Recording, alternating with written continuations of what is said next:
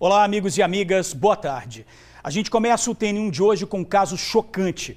Uma criança de 11 anos de idade é suspeita de matar a própria mãe a facadas. E isso com a ajuda do namorado de 14 anos.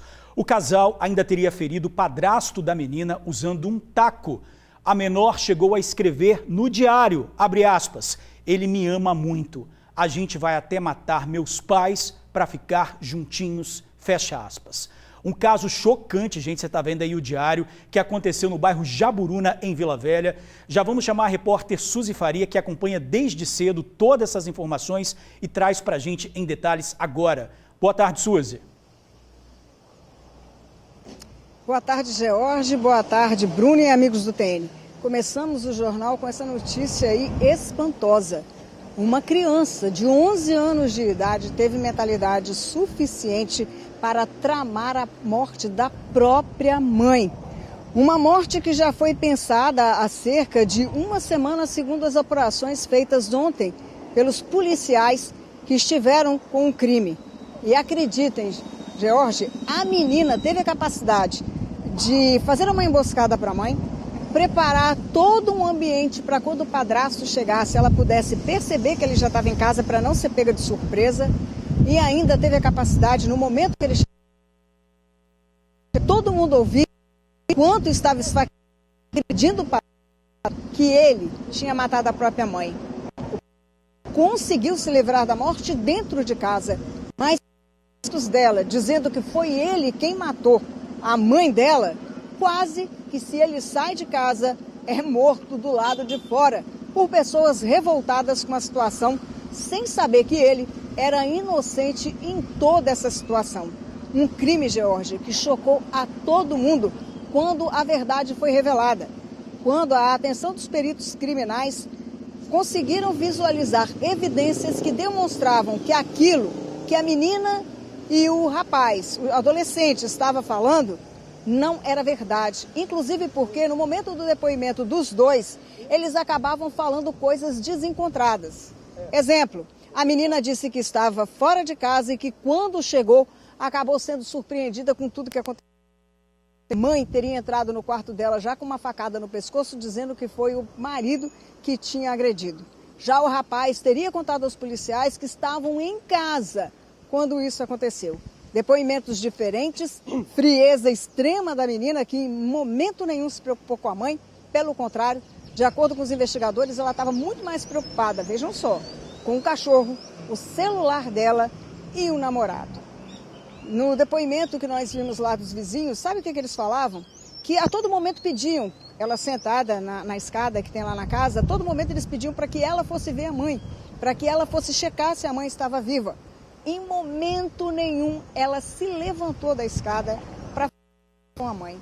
Ela, da parte materna, chegou no local avisada do que tinha acontecido. No ao vivo da Suzy, mas a Suzy foi até o bairro, lá em Vila Velha, fez a reportagem completa que a gente vai ver agora. Roda aí. Foi no primeiro andar desse prédio, que fica no bairro Jaburuna, em Vila Velha, que a vítima, a vendedora Vanessa Barbosa Loz, de 37 anos de idade, foi covardemente morta. O crime aconteceu por volta das 7h30 da noite. Mas o que os vizinhos e moradores aqui não sabiam é que o crime teria sido praticado pelo casal, pela filha da vítima, de 11 anos de idade, pelo namorado dela, de 14. Um crime premeditado e que ela, inclusive, teria escrito num diário que nós tivemos acesso para ler. Nesse texto, ela dizia que estava namorando, que amava muito o namorado e que ela ia, junto com o namorado, matar os pais para que os dois pudessem ficar juntinhos. O que aconteceu na noite de ontem?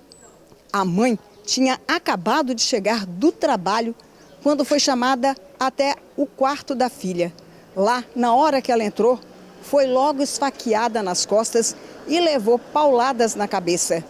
Os investigadores que estiveram aqui contaram que a mãe levou tanta facada na cabeça que era impossível contar.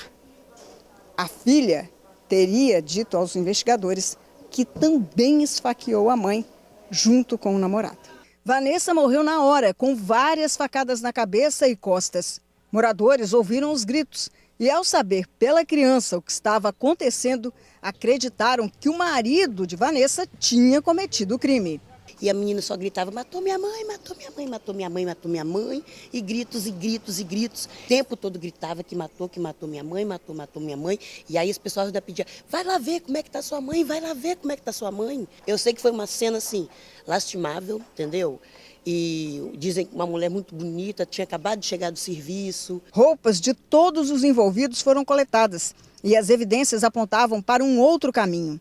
Esse texto, anotado na caderneta, datado do dia 26, um dia antes do crime, confirma a intenção da criança de matar a mãe para ficar com o namorado. A frieza com que a menina de 11 anos reagiu ao crime deixou os familiares da mãe dela surpresos. Minha sobrinha saiu e ela estava totalmente apática com a situação. Minha vizinha disse que ela tinha perguntado se minha irmã estava viva para colocar a mão para assim, ver se tinha pulsação. Ela disse de uma forma bem fria, ela está morta. Um remorso pelo que está acontecendo, só falava do cachorro dela e do namorado, preocupação, e falando da dor da perna dela. Eu perguntava assim, da minha irmã, ela não esboçava nenhum tipo de sentimento, de remorso. O padrasto, um vendedor de 33 anos, que foi acusado pela criança, está todo machucado. Foi agredido pelos dois logo que chegou em casa do trabalho. Quando eu estava abrindo a porta, eu já percebi um negócio estranho, tinha uma cadeira atrás da porta. Meio que quando eu abrisse, fazer esse barulho para saber que eu estava chegando. Eu fui olhar para a cozinha direita, já vi mancha de sangue, pisada de sangue e um balde d'água, parecia que eles estavam querendo limpar. Eu fiquei assustado, falei, amor, aconteceu alguma coisa, o que aconteceu? À esquerda estava a minha filhada. Eu olhei para ela e perguntei o que aconteceu. Quando eu olhei para ela, o rapaz já me deu um taco de beijo na cabeça, muito forte. Quando ele deu o primeiro golpe, ela já veio para cima de mim com faca. E aí começaram a gritar, você matou minha mãe, você matou minha mãe. Não sei se era para vizinho ouvir. Acho que a intenção era me derrubar para me esfaquear e me matar ali dentro de casa. Olha, depoimento muito forte, né? Suzy Faria continua lá no local. Não sei se ela está ouvindo a gente agora, a gente vê que o sinal está com alguma interferência, mas ela está ouvindo, já fez sinal. Ô Suzy, a gente viu que uma vizinha disse que ela estava gritando demais, né? Já você já trouxe uma informação que depois eles acabaram confessando isso para o delegado. Foi um teatro que ela fez ali na hora de gritar, quando a mãe dela foi atingida, Suzy? Sim, Jorge, sim. Seria tudo planejado. Imagina a cabeça de uma criança de 11 anos de idade para planejar tudo isso. Ela planejou tudo para poder tirar a culpa de cima dela, colocar no padrasto. Porque a intenção dela era matar os dois. Não era deixar nem o padrasto, nem a mãe vivos. E olha, ela estava namorando com esse rapaz há menos de um mês. E nesse tempo, ou melhor, nesse pouco tempo, já demonstrou ter uma mente maligna, meu amigo, porque não há outro modo de falar sobre aquilo que aconteceu. Essa criança teve a capacidade de pensar tudo isso, todos os detalhes, para poder incriminar o padrasto e sair livre. E pior, eu não sei se não consegui ouvir direito, mas o tio dela falou que aqui na delegacia ela tinha dito que a intenção era matar a avó, os avós. Pessoas que sempre cuidaram e deram carinho para ela. Imagina, depois de matar os pais, a mãe e o padrasto, melhor dizendo, ela iria tentar matar a avó. Agora, diante de tudo isso, a constatação é que apesar de por ter 11 anos de idade, ela não será presa, ela não será apreendida. Ela não pode, apesar de um crime tão cruel, planejado, frio, ela está em liberdade. E quem vai explicar para a gente por que ela vai ficar em liberdade é o delegado Marcelo Nolasco, que já está com a gente aqui. Ele é chefe da delegacia regional aqui de Vila Velha e vai explicar. A menina, a criança e o adolescente passaram a noite aqui. Vamos ver com o delegado aí como é que foi essa relação. Delegado, boa tarde. Começando, eu queria que o senhor me explicasse resumidamente por que, usando de tanta frieza, essa criança de 11 anos não pode ficar detida, apreendida. Boa tarde a todos. Nós temos uma legislação que é o Estatuto da Criança e do Adolescente. No Estatuto você tem medidas protetivas a serem aplicadas a crianças e medidas socioeducativas a serem aplicadas ao adolescente. Então, ainda que ela tenha cometido, entre aspas, um crime, né, um ato infracional, ela não será responsabilizada por esse ato de forma alguma. A única coisa que cabe para a justiça impor a ela são medidas protetivas. Ela pode, por exemplo, ser colocada numa família substituta, ela pode ser colocada numa instituição para que ela seja devidamente cuidada, se não tiver quem fique com ela. Ela pode, lógico que receberá, né, um acompanhamento psicológico, talvez psiquiátrico, porque nós não estamos perto de uma situação normal. Essa situação não tem nada de normal, choca a todos nós. O senhor chegou a conversar com ela e ficou assim até um pouco abalado porque percebe que ela tem toda uma característica de uma criança, mas uma mente de adulto, né? Uma mente criminosa. Suzy, não sei se tem mente de adulto não e nem acredito nisso, porque não teria como ser feito o que ela fez e ficar sem isso ser revelado. Então, assim, eu acho que, pelo contrário, eu acho que o pensamento dela foi o pensamento de uma criança, de achar que mamãe não me deixa namorar, eu mato mamãe e namoro.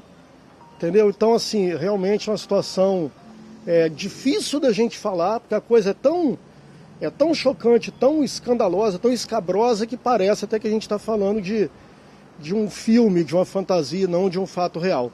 Tá? Ou seja, pega todo mundo de surpresa, né, delegado? Que fica até sem saber o que fazer uma situação como essa. Nós estamos, infelizmente, acostumados todo dia, aqui no Espírito Santo, a ver homens matando suas companheiras.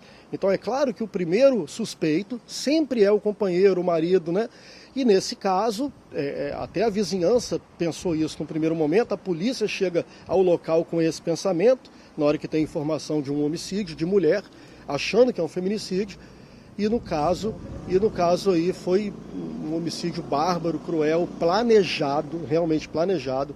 Não tem dúvida, isso eles confessaram, já vinha sendo planejado, que iriam matar os pais, né, o pai, a mãe e o padrasto, para poderem ficar juntos se namorando. Então, assim, não tem nem lógica o raciocínio.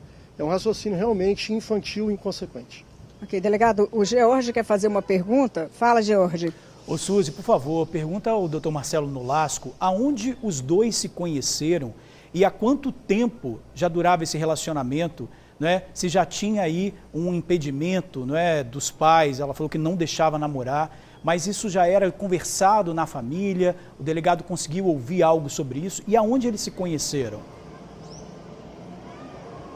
Delegado, o George está perguntando o seguinte, se o senhor tem informação de onde eles se conheceram, onde a criança e o adolescente se conheceram, quanto tempo de namoro e se realmente havia essa informação da família que a mãe proibia o namoro dos dois. Veja bem, a gente não conseguiu conversar com a família dela, tá? Mas aparentemente a mãe era contrária, porque é uma menina de 11 anos. Nós estamos falando de uma criança, Suzy, não é uma adolescente, não. É uma criança mesmo. Você olha para ela, é uma criancinha. Ela não tem nem corpo de adolescente, é uma criancinha. E fala fino, parece estar conversando com uma menina de 5 anos, sabe? O que eu ouvi dela foi para tentar até... A gente estava protegendo ela aqui, né? Era uma criança que a gente não sabe nem por que fez o que fez. Então, assim, a gente com medo até do que ela poderia fazer contra si própria. Ela ficou o tempo todo sendo assistida por uma policial junto com ela. E não houve um depoimento, né? Até mesmo por ela ser criança, houve um bate-papo, uma conversa onde ela mesma voluntariamente falava, como falou com o Conselho Tutelar. E ela fala que ela deu uma facada, que ela participou, fala que era por isso, que não deixava ela namorar. Como eles se conheceram, eu não sei, no depoimento dele ele fala que eles tinham 2 meses e meio de namoro. Agora, delegado, o senhor disse que conversou com ela, né, como o senhor falou, teve todo esse contato. Em algum momento ela se preocupou com a mãe? Em algum momento ela perguntou pela mãe? Não. Não parecia que você estava falando com alguém que estava acabando de sair do cometimento de uma coisa tão inacreditável. A única coisa que ela me pedia, perguntei se ela estava bem, se ela estava com sede, se ela estava com fome, se ela estava... Aí ela falou, não, me deram lanche, me deram café, eu quero ver meu namorado. Quero ver meu namorado, eu preciso conversar com meu namorado, eu quero falar com meu namorado. E no final das contas ela ficou insistindo nisso até a hora que você entrega ao conselho. Ela só queria ficar com o namorado e queria abraçar o namorado e dizer que gosta dele. Quanto à mãe, nenhuma pergunta, nenhuma preocupação. Parecia que não tinha acontecido aquilo, sabe? Parecia que...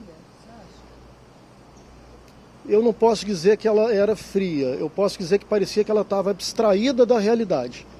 Não parecia ser uma pessoa que tinha acabado de perder a mãe, uma pessoa que tinha acabado de perder a mãe, e ainda mais uma pessoa que havia acabado de ter uma participação no homicídio da própria mãe. Tá? Parecia que não existia aquilo. Não sei se é a fantasia da cabeça, isso aí realmente para explicar só uma psicóloga ou um psiquiatra. Não dá para eu explicar. Delegado George quer fazer outra pergunta. Pode falar, George, estamos aqui te ouvindo. Tá, Suzy, obrigado. Olha só, eu queria perguntar para o delegado o seguinte, era costume ele entrar na casa, ele visitar a família, ou o pai tomou um susto ao ver essa presença desse jovem lá no dia que ele foi atacado, ontem à noite? Ele costumava frequentar a casa ou não? Tá. O delegado George perguntou o seguinte, no depoimento do adolescente, ele chegou a dizer que ele frequentava a casa constantemente ou que ia esporadicamente e quando o padrasto chegou, aquilo de encontrá-lo lá teria sido uma surpresa. Ele chegou a comentar alguma coisa nesse sentido? O que consta no depoimento dele é que ele chegou até a casa, foi recebido pela menina, que já entregou a ele a faca a ser usada no cometimento do crime, entraram e prepararam então a armadilha, né, a emboscada. Eles esperaram a mãe chegar, a mãe chegou, ela chamou a mãe, e então ele matou essa mulher, ele começou a esfaquear essa mulher no pescoço pelas costas. Tá? Não temos detalhes da questão do amor. Ele falou que tinham 2 meses e meio que eles estão namorando e que a família, né, seria contrária ao namoro. E esse seria a motivação do crime. Pois é, George, você ouviu aí o que o delegado falou, porque esse crime ele é tão chocante, ele é tão inusitado, tão fora da linha, né, da curva, que está todo mundo, como disse o delegado, um pouco voado aí nessa história, porque é chocante demais. Ela tem 11 anos. O delegado conversou. Ele falou que parece assim uma criança, tão bobinha, que qualquer pessoa que chegasse e olhasse para ela nunca diria que ela cometeu um crime como esse, George. Agora, só para ter a informação, a gente conversou agora há pouco com a família dele, do adolescente. O pai está chocado. O filho não tinha esse parâmetro, não tinha qualquer sinal de que poderia cometer um crime, que era uma pessoa nervosa. E que esse garoto, eu lembrei agora, ele teria conhecido e começado a namorar a menina na escola onde eles estudam, que fica perto da casa da avó dessa garota. E ali eles começaram a conversar.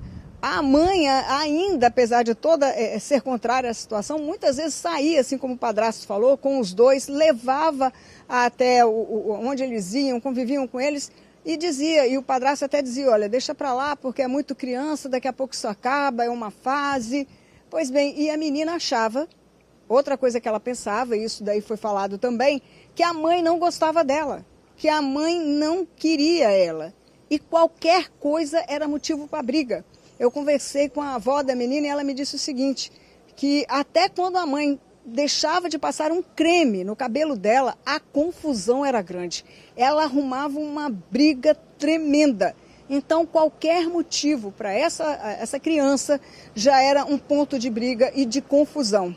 E como vocês viram, olha onde isso terminou. Ela pensava tanto que a mãe não gostava dela, ela pensava tanto que a mãe não queria ela, que passou a transformar essa raiva em ódio, que chegou a esse ponto. E nessa caderneta que vocês viram aí, uma parte daquilo que ela falou, tinha muito mais coisa escrita. Segundo o tio dela, ela começou a escrever nesse pequeno diário há pouco tempo, palavras desconexas e também coisas nesse sentido, de amor, de carinho, mas não aquela coisinha que a gente está acostumada de um coraçãozinho, eu te amo, ciclano para sempre, não. Eram sempre coisas de ódio, de raiva, de rancor e como vocês viram, terminou assim. Delegado, uma última pergunta para o senhor, não sei se o George também vai querer fazer mais. Mas o menino, o que acontece com ele? Porque a menina já saiu daqui.